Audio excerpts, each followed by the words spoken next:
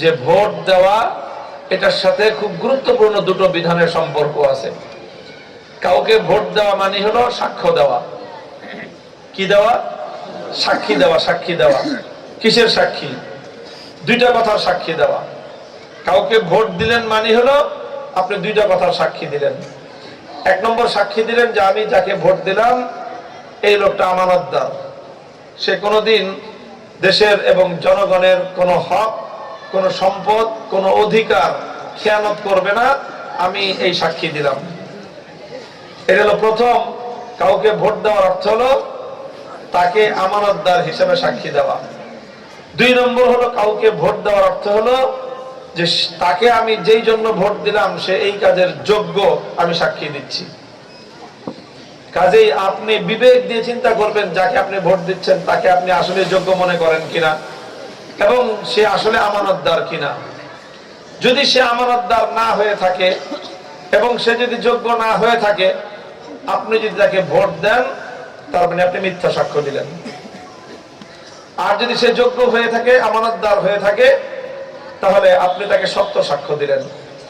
সত্য সাক্ষ্য দেওয়া এটা অনেক বড় সওয়াবের কাজ, ক্ষেত্র বিশেষে এটা ফরজ কাজ।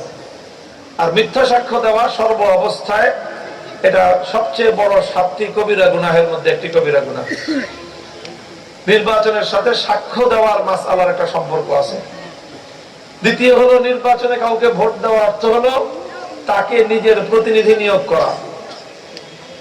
তো যে যাকে প্রতিনিধি নিয়োগ করবে, প্রতিনিধি যা কাজ করবে সব কাজের দায় তাকে বহন করতে হবে। প্রতিনিধি যদি 5 বছর ভালো কাজ করে, তাহলে যে তাকে প্রতিনিধি নিযুক্ত করলো ভোট দিয়ে সে ভালো কাজের সওয়াব পাবে। প্রতিনিধি যদি 5 বছর অন্যায় করে, তাহলে যে তাকে ভোট দিয়ে প্রতিনিধি নিয়োগ করলো সে তার 5 বছরের সকল অন্যায়ের ভাগীদার সে হবে। যেমন কিয়ামত পর্যন্ত যত হত্যাকাণ্ড হবে সমস্ত অন্যায় হত্যাকাণ্ডের ভাগীদার হবে আদম আলাইহিস সালামের প্রথম সন্তান, বড় সন্তান কাবিল। এটা হাদিসের ভাষ্য। কেন? কাবিল কি কবর থেকে উঠে এসে খুন করে? তাহলে সে সমস্ত খুনের গুনাহ তার কাঁধে কেন যাবে? লিআন্নাহু আউওয়ালা মান সান্নাল কাতলা ফিদ দুনিয়া। কারণ পৃথিবীতে সর্বপ্রথম সেই অন্যায় হত্যাকাণ্ডের এই সিস্টেম মানুষকে শিখাইছে সে। এই জন্য কিয়ামত পর্যন্ত যত খুন খারাপি হবে সমস্ত খুনের পাপের বোঝা কাবিলের কাঁধে গিয়ে পড়বে।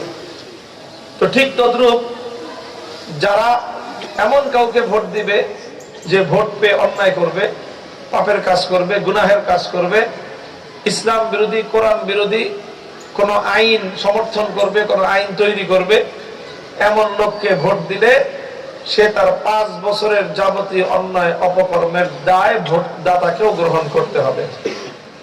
কাজেই এই হিসাবে ভোট প্রদান করা এটা কোনো তামাশার বিষয় না, এটা কোনো আবেগের বিষয় না, এটা কোনো রাগ ক্ষোভের বিষয় না, এটা কোনো ব্যক্তিগত প্রেম প্রীতির বিষয় না।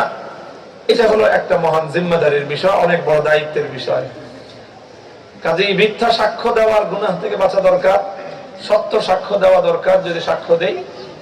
আর হলো যে এই ক্ষেত্রে এমন কোন ব্যক্তিকে নিজের পক্ষ থেকে প্রতিনিধি নিয়োগ না করি যে প্রতিনিধি হয়ে কোন অন্যায় করতে পারে বলে আমরা আশঙ্কা করি।